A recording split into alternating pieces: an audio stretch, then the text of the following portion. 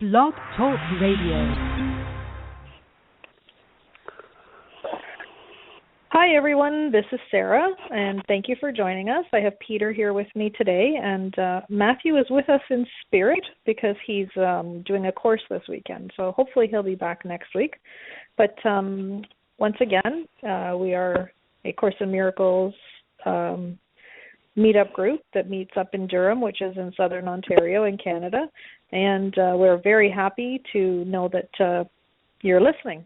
So today we're going to be talking about miracles, the illusion, and releasing the past. And I've just noticed a bit of a theme in my life lately. Actually, I think a lot of people are releasing stuff right now. And so when I think about the Course in Miracles, it brings up the miracle. And, there is no order of difficulty in miracles. And there's 50 principles of miracles. We're not going to go into all of them today, but it's just kind of interesting to think that for some people, a miracle is when they pray for something and it appears in their life. So that's like a physical manifestation. But once we study the Course a little bit further, we realize that really all miracles are thoughts. So when you change your thoughts from fear to love, then that is a true miracle. And that's when things start to change in your life. And then if we think about the illusion and how, the Course says everything is an illusion, as does Gary Renard with his Disappearance of the Universe, it all makes sense. But I also find that if I'm in the middle of a chaotic time in my life or an argument or something, I can find some relief in realizing that it's an illusion, so I don't take things so personal. But then I also find that I don't want to just discount something automatically as an illusion, because then if I'm not allowing myself to feel the emotion that the situation is bringing up in me, then it's going to get buried inside of me, and then it's going to be something that I'm going to need to release into the future in order to move forward in a positive, healthy, and peaceful way. And, thinking about releasing the past, it's kind of interesting because, we all have, if we think of a really sad moment in our life or a moment where we had horrible customer service, it brings up certain emotions within us. And then if we also go to the flip side of that and think of our best moment ever, a day where everything went well, or maybe it was, the day that you first saw your children come into the world, or the day you got married, something like that, those also have a charge. So it's just interesting because in order to move forward into the future in a healthy way and in a way that we have room to experience new things and so forth, we have to make room. So we have to clear out these old energies and things from the past that make room for new things to come in. And Peter, that was a little bit longer intro than I usually do, but I would love to hear your thoughts as I'm speaking. Well, thanks for that, Sarah. And I think, maybe for the listeners, we maybe can back up a little bit or expand on this whole thing about miracles and maybe look into it a little bit closer, and hopefully our listeners can do the same while we're talking about it, because I think it's really important that if, rather than just getting a lot of ideas in our head, if there's a level of understanding that can take place while we discuss this for all of us, it might be a lot more helpful than simply to go away with a lot of lofty ideas. So perhaps we can start with the idea of a miracle itself, and as I say, look at it a little bit deeper. And what occurs to me, first of all, is that a miracle, when it does happen, and mostly I think we think of physical miracles, a miracle is something that happens for which there's no explanation, no scientific explanation, and where there's no intellectual understanding of how this even took place, and that's what makes it miraculous. If we can explain it away, and if we can participate in some way in it, then it's not a miracle. So a miracle seems to have the quality of something that's beyond our current ability to even understand, and which seems to happen on its own, and yet at the same time, I think it's important to look whether we can participate in perhaps allowing a miracle into our life, rather than thinking that a miracle is something that we, in a sense, actively participate in, and to recognize that if I'm going to have a physical healing, for instance, or miracle healing, where from one day to the next my cancer or whatever disappears, I think it's important to understand if that takes place, it really takes place on a level in which, rather than my doing something, I've perhaps allowed something to take place which is way beyond me. So would you say that that's something that you could agree with or relate to? Oh, absolutely. I really like the way you said, about how, it's something that we can't explain. And, one of the principles that I had written down here is about prayer as the medium of miracles. And I cannot even tell you how many times in my life I've prayed for, things to happen. And the one thing that really touches a lot of things, because it also a little story. A friend of mine, her mom, she was sitting outside of her house, and she was probably, I think she was about 70, and her husband went to the store, and he came back, and he found her sitting in the chair, her head tilted to the side, unresponsive. She wasn't dead, but she had obviously gone through something in order to be unresponsive. So the ambulance came and so forth. And this friend called me in tears as her mom was being transported to the hospital.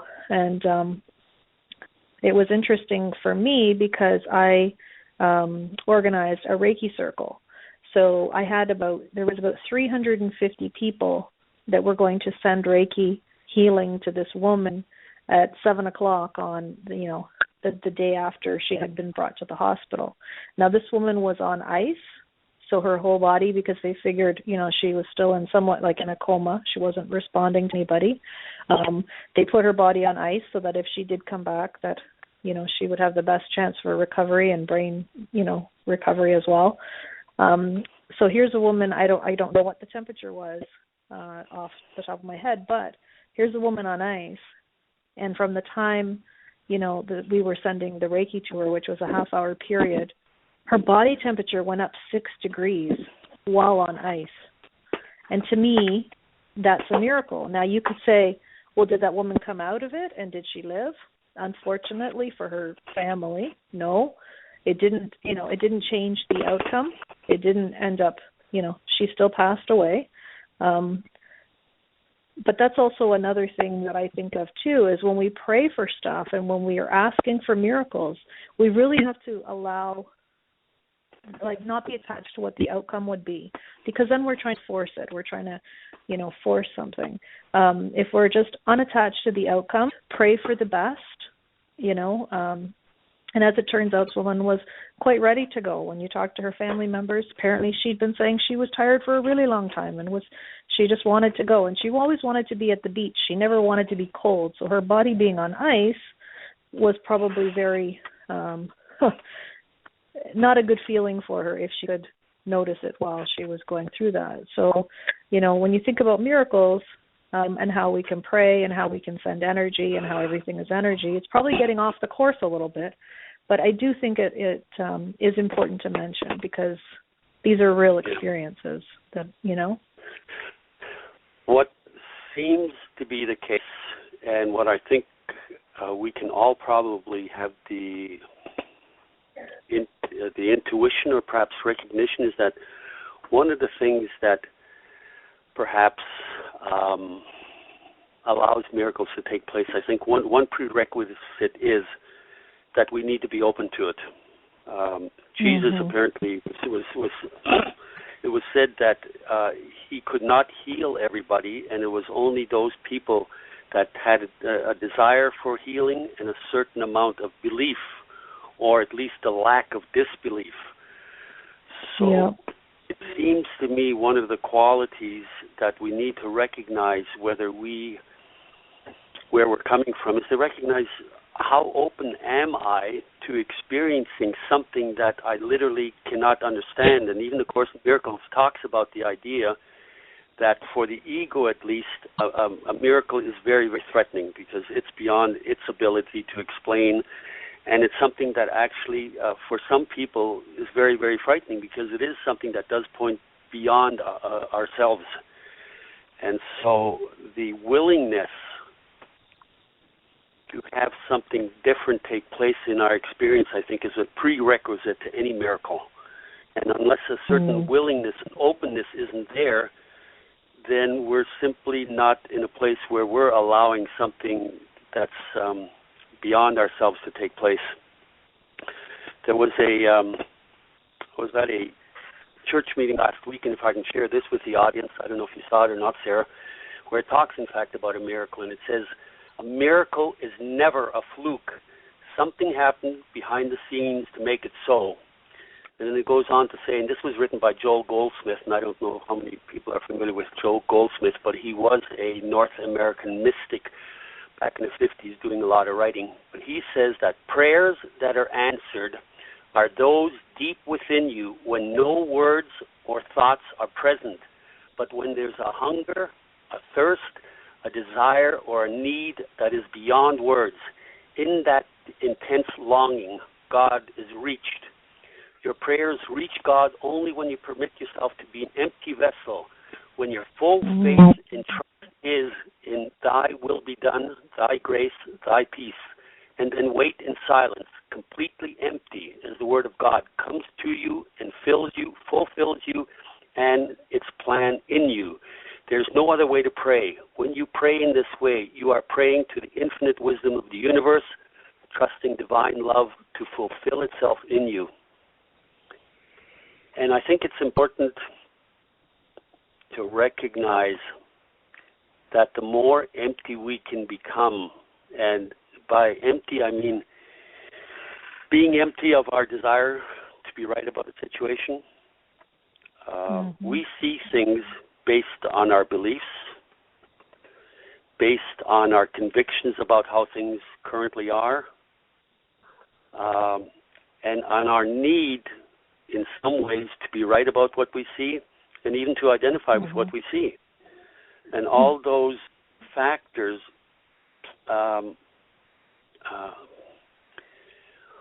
all of those things are literally blockages, you could say, to healing taking place.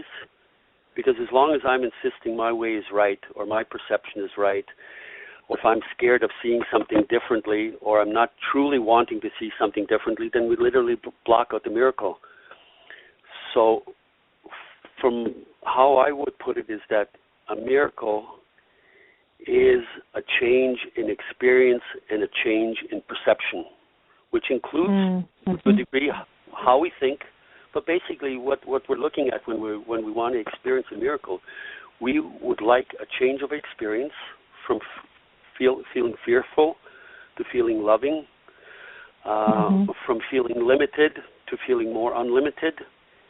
But it is a change in which, if it is a miracle, it both enlivens us, empowers us, and gives us a greater sense of freedom, and also a deeper sense that on some level we have a deeper sense that life is unfolding in a way in which we need not fear.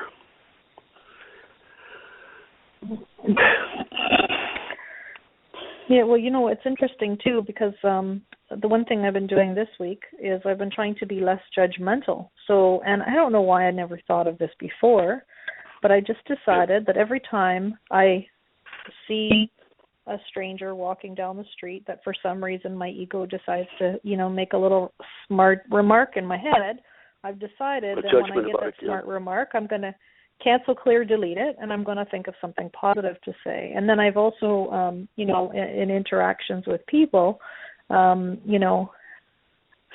trying to also make sure that if I'm ever going to, if someone else comes up into the conversation who's not there to speak up for themselves, that I will do my best to always say something positive or always try to steer a positive. And to me, that shift for me is a miracle because I'm being conscious of it and, being aware of it. And another thing that you had said that made a heck of a lot of sense too, and it was that thing that you read is about needing the space, right? So we're talking about releasing the past and how releasing things allows room for new things and better things, and hopefully we're all growing and expanding in a positive and peaceful and joyful way.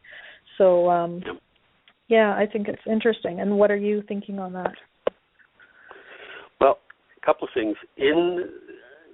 First of all, there has to be a level of awareness where we're actually conscious of what we're seeing and what we're feeling. And interesting enough, if I look at my own life experience, a lot of times when I was feeling, when I was less aware, which always is the case, the more limited I feel, or the more frustrated I feel, or the more fearful I feel, the greater the chance is that while I'm feeling that way, I won't even be conscious of my state. I won't even be conscious that I'm judging at that moment, or that I'm feeling lousy in that moment.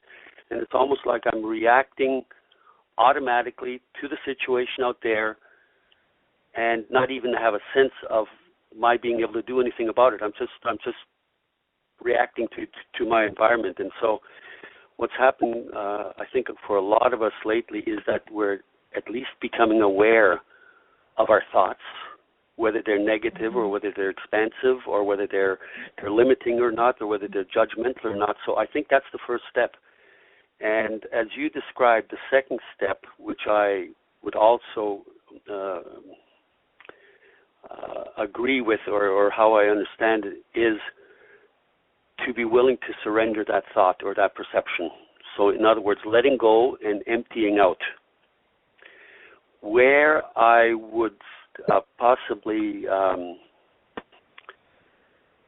look at it a little bit deeper, I guess, is to say that when we think that we need to have a different thought, or we need to have a different action beyond becoming empty, I think that's where perhaps we still are holding on to a sense of that I've got to do something specific. I've got to think a specific way.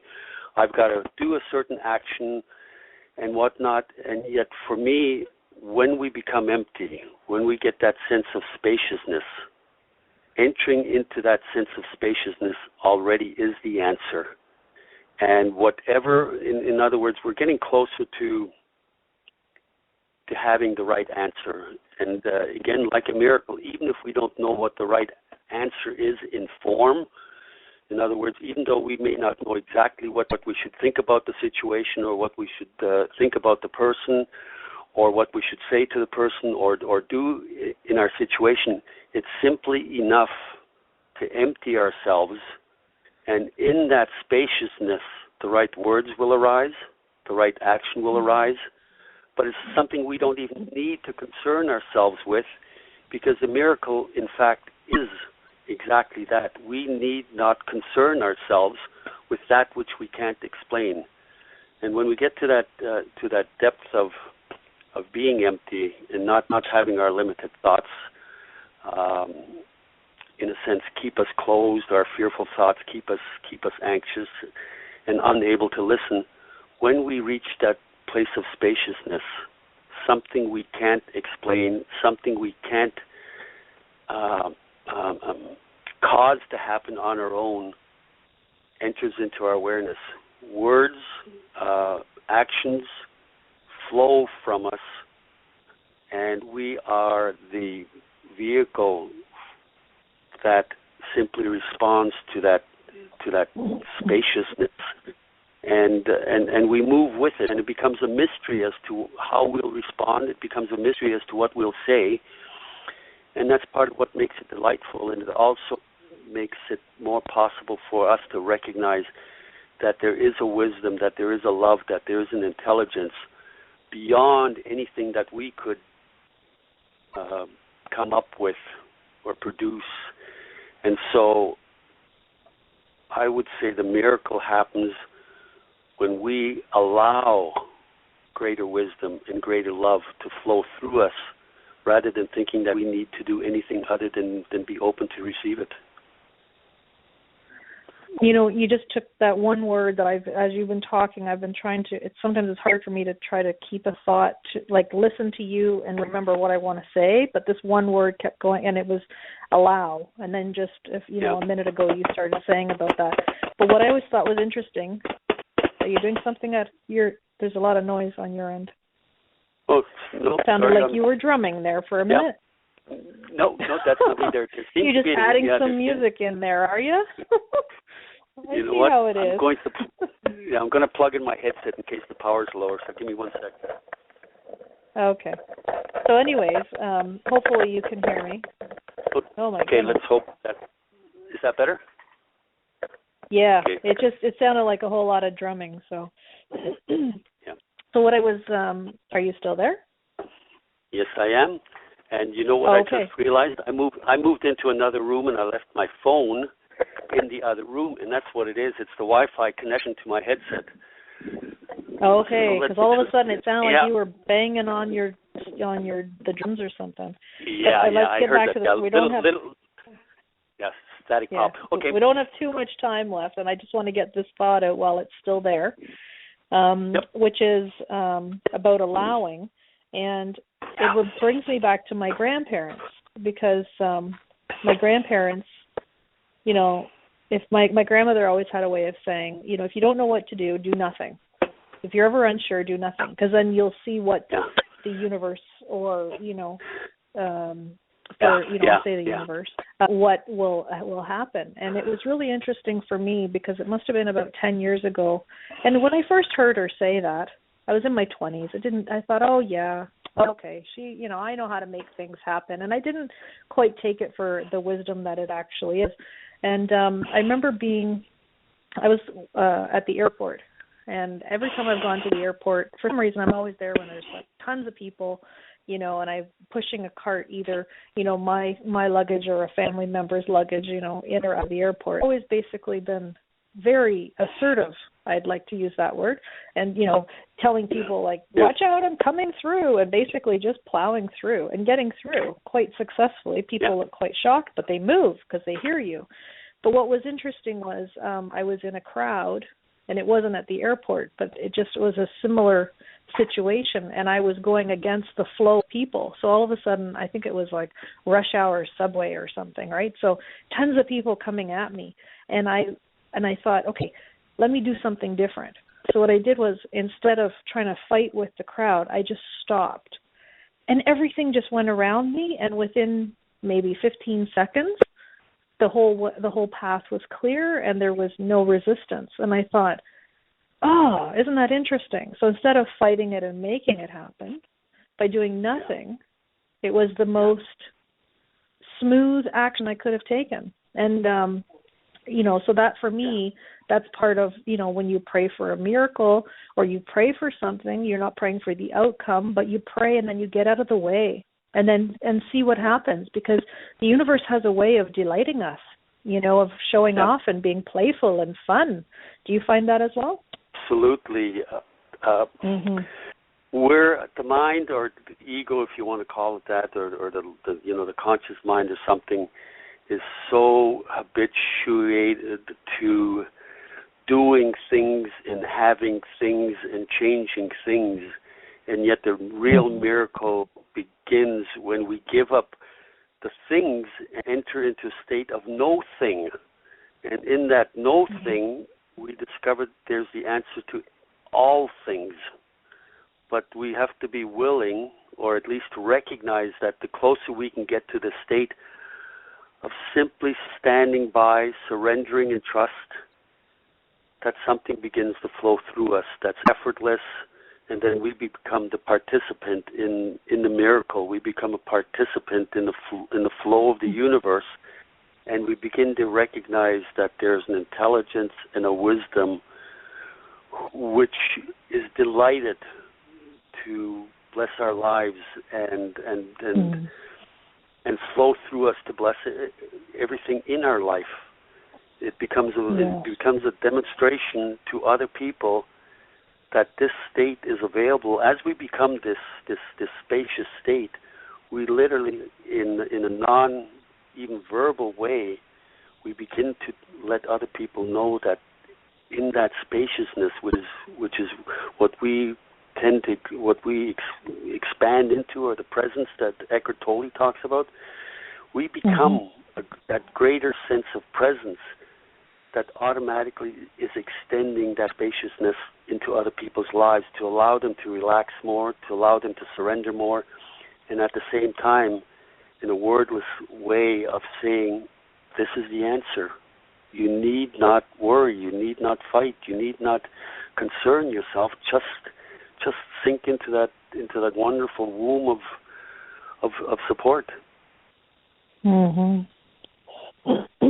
Yeah, it's just wonderful when you have these experiences, and it's interesting too how you have to have the experience of what you think works, when you're younger and quite ego driven, I'm going to say, because we think we're invincible and we are almighty and nothing can affect us and we affect everything and we're so, powerful and mighty, or at least that's what I thought, all 5'2" of me.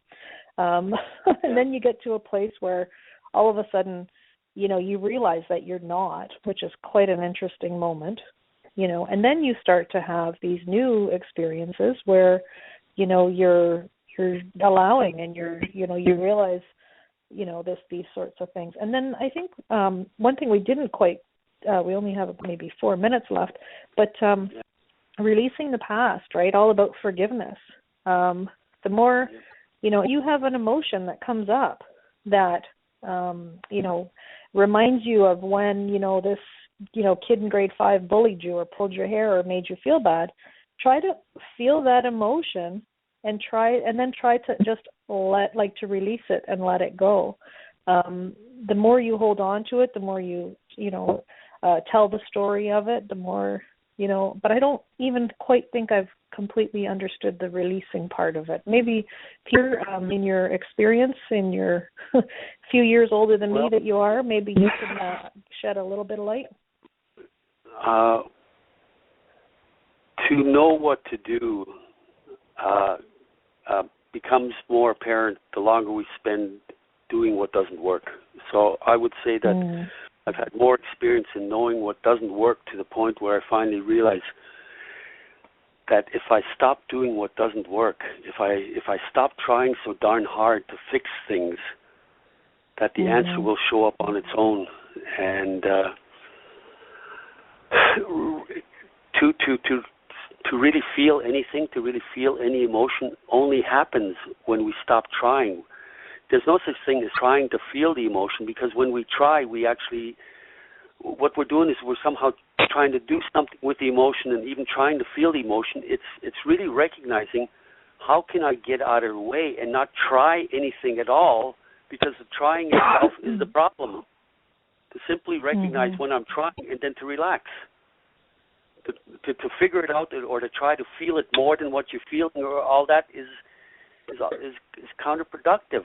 Be with whatever it is as consciously as possible, knowing that there's absolutely nothing that we need to do to make the experience any better, or to understand it anymore. We need do nothing. Just be with it, and the more we recognize that being with whatever the circumstance is actually what love is. Love is with life.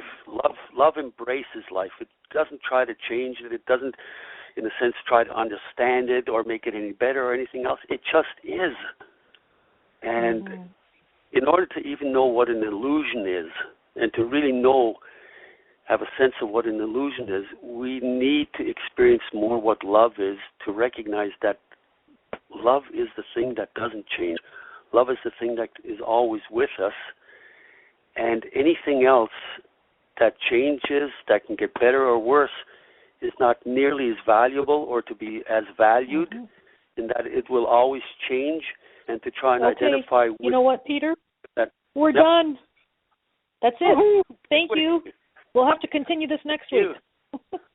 Okay, thanks for listening, everyone. Bye for now. Yeah. Thank you. Bye-bye. Bye. Okay, bye.